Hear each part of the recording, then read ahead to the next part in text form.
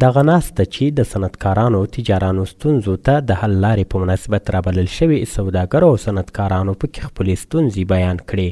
موږ په غزني کې 2 پارکو صنعتي ته سخت ضرورت لرو چې یوه د پیرکې پارک صنعتي ده چې هغه د ثقیله موادو دپاره ډېر ښه ځای ده او ډېر ښه نقطه ده.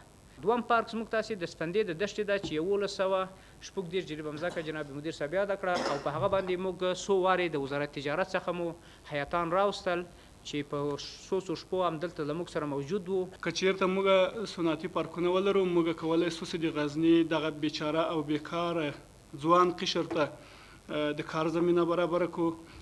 زموږ ستاسې داخلي تولیدات دلته شتون ولري، موږ تاسې په داخلي تولیداتو نه حمایت وکړو او خودکفا سو.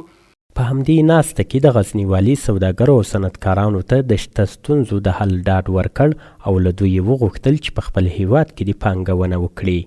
تاجران هغه زموږ د ملک سرمایه او باید په دې خپل ملک کې په دې خپل هیواد کې بیا بالخصوص په دې خپل غزني ولایت کې خپله سرمایه ګزاري وکړي چې هر څه ستونزې وي انشاءالله العزیز موږ په شپه ورځ باندې ورته حاضر یو. باید وویل شي چې د غزني ولایت د صنعتکارانو لویه ستونزه د صنعتي پارکونو د ځمکو ویش ده چې دوی په وار غوښتنه کړې خو تر اوسه پورې لا دا ستونزه د کاغذ پر مخ پاتې ده.